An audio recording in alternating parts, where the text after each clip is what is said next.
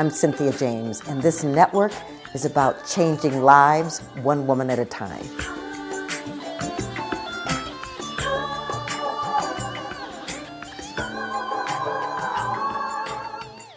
Hello and welcome to Women Awakening. I'm your host, Cynthia James, and I'm honored that I get to bring to you women that inspire me, women that lift me up, women that are change makers on this planet. And they're also portals of awakening for you, where you get to see possibility and potentiality. So I'm grateful. We do this every week. You meet a new woman every week. We are on Spotify, iTunes, iHeart, Spreaker, Amazon, YouTube. Subscribe and come back and just be taken to a whole nother level of inspiration.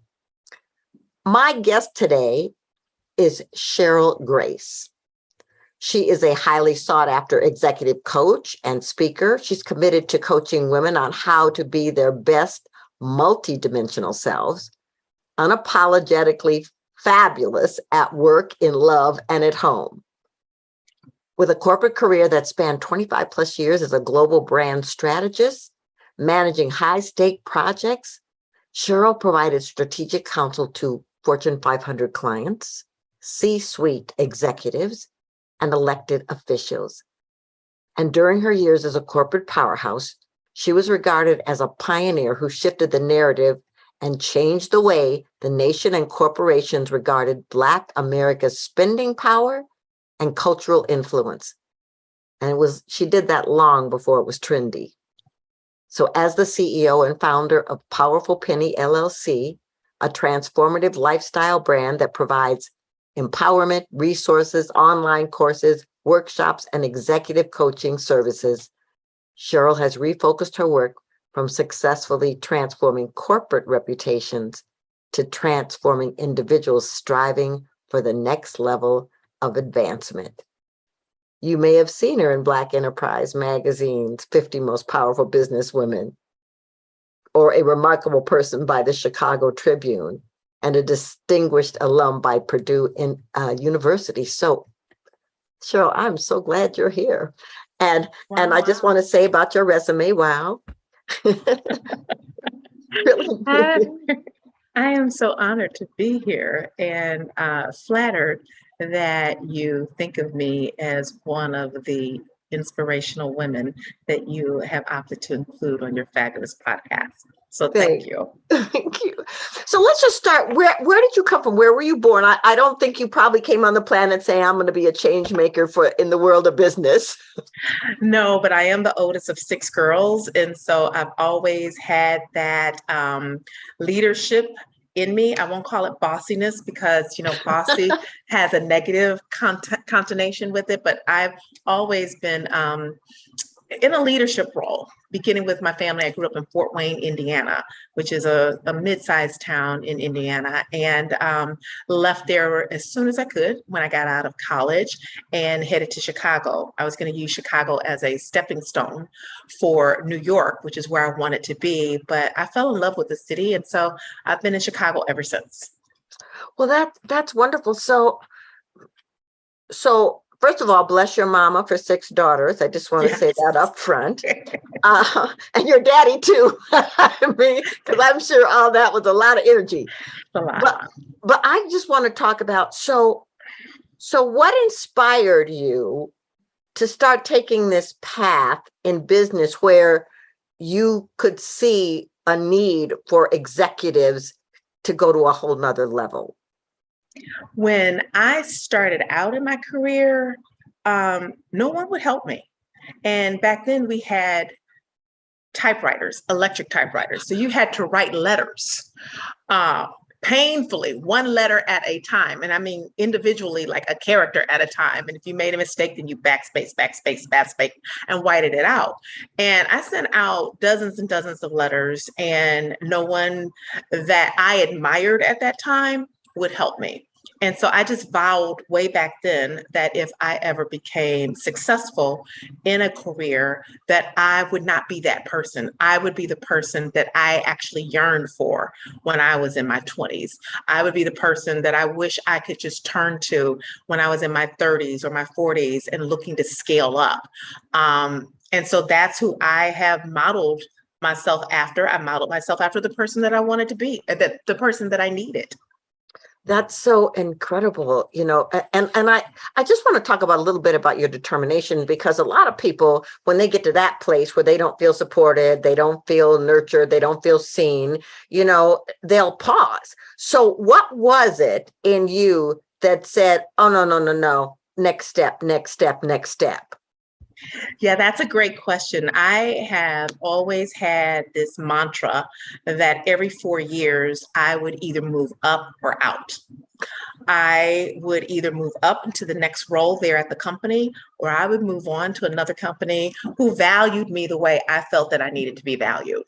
And I stuck with that pretty much. Some years it didn't make it to the 4th year, it made it to the 3rd year. But I actually stuck with that. And so what I saw were a lot of women who would get stuck and feel as if they had no options. And as long as you're living in America, right now anyway, you have options. We have options, and you have the right to exercise those options. And so I just want to empower women to know that they do have the right, and then give them the mindset to help them shape that mindset, and the words or the scripts when they are at a loss for what to say. So that's how I kind of operate with my company. Well, let's talk about mindset for a moment, because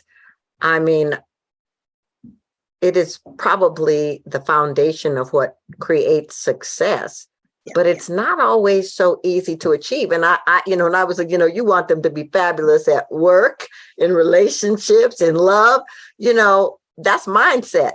Can we talk about what is that for you? It's everything. Mindset is the foundation. You said it. It is the foundation for everything, because if you believe you can't, then you won't. You don't even try. And so often when women come to me, many of them are already established in very high-ranking roles, but they don't see themselves fitting in because they bought into that negative noise that corporate America can sometimes push your way. And you have to be strong up here to go into those doors every single day and say, oh no, I belong here, and my voice deserves to be heard in this space, in these meetings. And so I'm going to speak up. Not everyone starts out that way, but all of my sessions start with mindset exercises. I get a sense of whether or not you have a growth mindset or a fixed mindset. What's the difference? A growth mindset is one that believes that you can actually manage and hold true to what you want from the world. Okay. A fixed mindset is, things are already pretty much settled. I just have to accept what is coming my way.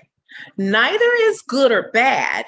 It's just understanding how to operate from those. A growth mindset is easier to coach into, believing that you can speak up in those meetings, believing that you can ask for that raise or that promotion, believing that you can go after a job that you covet, even though you may only have 5 out of the 10 skill sets that they're asking for. That's what men do. They'll have 5 out of the 10, they'll go for it. Women are like, oh, yeah, no. And we talk ourselves out of things before we even dare begin. That's mindset.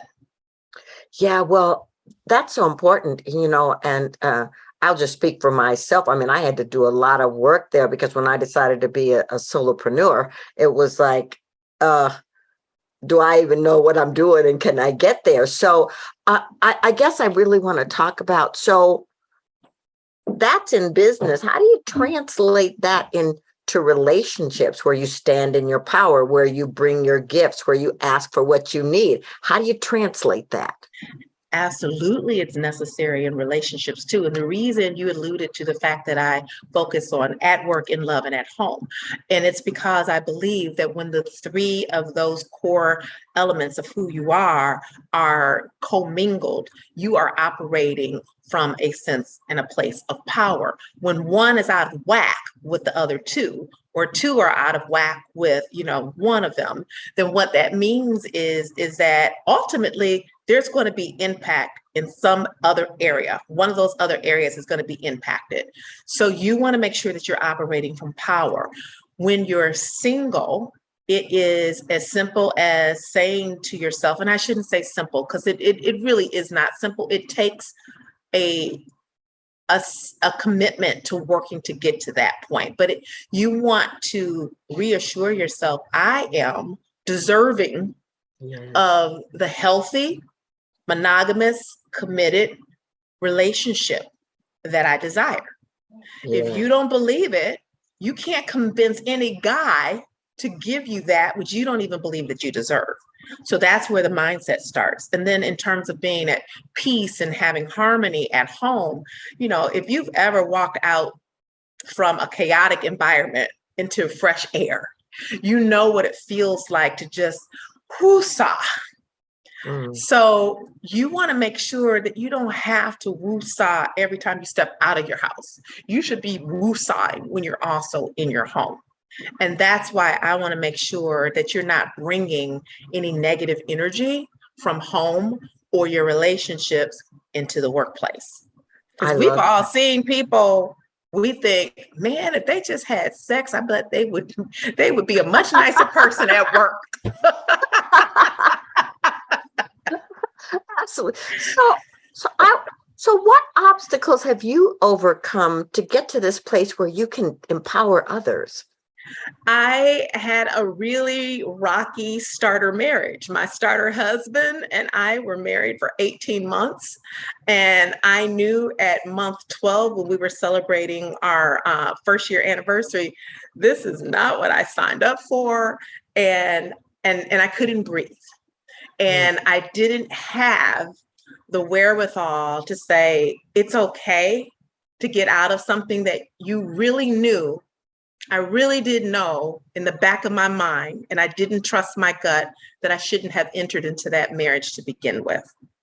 So when I left, when he asked me to leave and take our baby boy with me at that point, I just kind of vowed then that I was not going to be in a drama-filled relationship anymore, that I deserve better than that, and that I would trust my gut.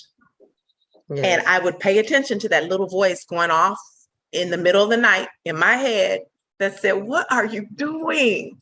Shush, shush. I would shush it because he looked fabulous on paper. Everything about him was fabulous on paper.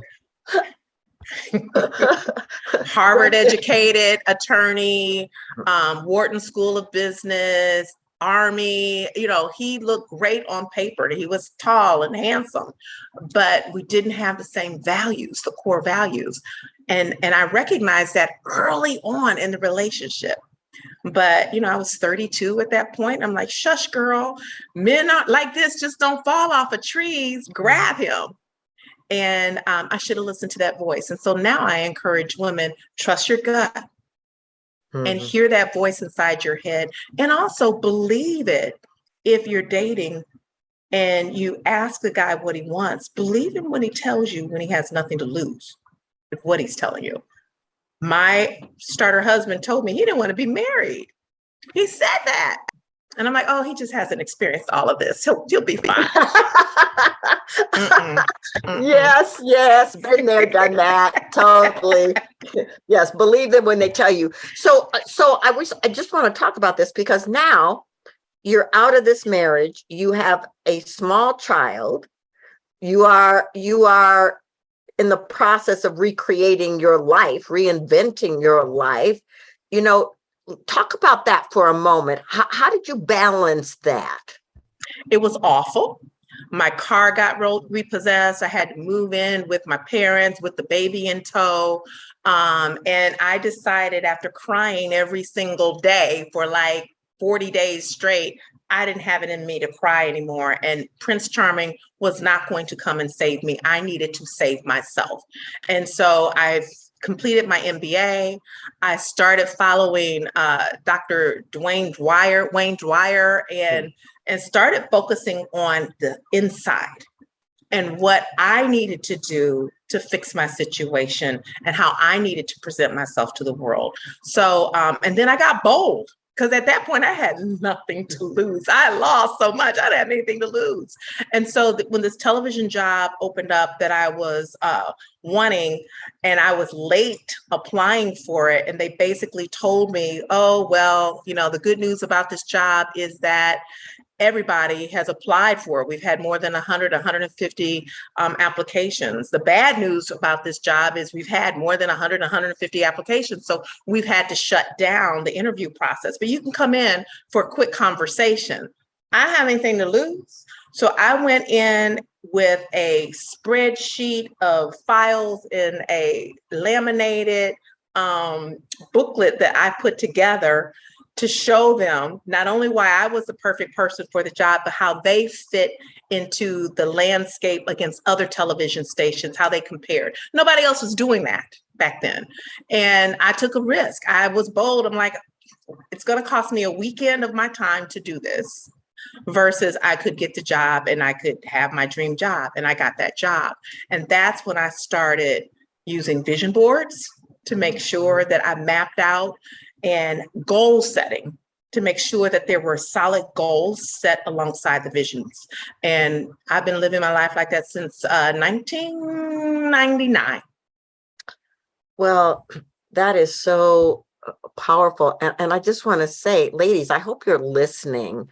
It's like, because what I heard was, I'm having this experience and I'm feeling the feelings until I'm done with it. And then I got to make another choice. I have to step into a new way of being. And so the inner journey for you, tell me the most important part of that for you, that inner journey. The inner journey really was about being intentional. Mm-hmm. I found that things really happened when I was intentional, when I wrote them down, and when I assigned a date by which I wanted to accomplish them. When I started living my life that way, the world opened up for me. It opened up because I was being very pragmatic and very intentional about every choice I was making. Every choice was either taking me toward that goal or away from that goal. And so I found that when I use, and I don't want to use the word discipline, but when I operated from that framework, I got results, and I like the results. And so, and that was another thing. I started rewarding myself when I got those results, and it wasn't anything big. Sometimes now, and I talk about it all the time with my clients, I just do a happy dance to celebrate the small wins, because so often we are running from one thing to the next thing to the next thing, and we never stop and appreciate, wow, I did that. I need to celebrate the fact that I did that. So it is intentionality, and it's celebrating those small wins. But it's definitely my vision boards. I do a vision board every month that is toward my annual vision. And I have goals and milestones that work me through the year. I love that. If you were in my office, there's a doorway, and it's got my annual vision boards for the last 6 years on the door. So I love that you do that. I love that you do it. It's really powerful. So what kind of people come to you for coaching? I've had everyone from a 24-year-old, 22-year-old right out of college who had a really not so great GPA and was afraid she wouldn't be able to get her first job, to an EVP who has been in her role but is feeling like she wasn't being heard. So I run the gamut, and I've gotten results from each end of the spectrum. That is so wonderful. How do people find you? So they can find me on my website, which is IamCherylGrace.com. And there is a button you could click on work with me, and you can work with me in love, or you can work with me at work. I also know that they found me in some of my workshops and boot camps on my Shopify account, which is Cheryl's Shop of Fabulosity.com. So there's all kinds of fabulosity there that you can get resources, vision boards that are portable for you to work with, and planning journals and guides. There are all types of things, affirmation cards. There are all types of things at Cheryl's Shop of Fabulosity. I so love that. So I ask my clients the same last question for this show. Uh-oh, here we go. The show is called Women Awakening. What do you think is the most important thing women need to know about the importance of their awakening? That you'll soar when you wake up, when you have that awakening, that you will soar. When I was going through my divorce, I remember very clearly one woman that I work with who said, wow, you're getting a divorce, you're really going to fly now. And I'm like, well, what do you mean? She goes, I just felt like your wings were clipped, and now there's not going to be anything holding you back. And so when you have that awakening of self, you will find yourself soaring, you will find yourself flying. And there's nothing like that freedom of being in charge of you. That is awakening for me. Well, that's exquisite. And I'm so grateful you said that, ladies. In case you missed any of that, go back and listen, because that was important information. Cheryl, thank you so much for being here. It's such an honor to know you and to know what you're doing in the world. Thank you, Cynthia. Thank you for having me. Thank you for doing this show. I think it's incredibly important that we women celebrate each other, and that we find examples of women who have been there, done that, and are willing to share. So thank you for doing the podcast. Thank you. It's my honor. So ladies, I'm going to end the same way I do every week. Listen, you're a masterpiece. You are powerful. You are dynamic. You are unique. You are unrepeatable.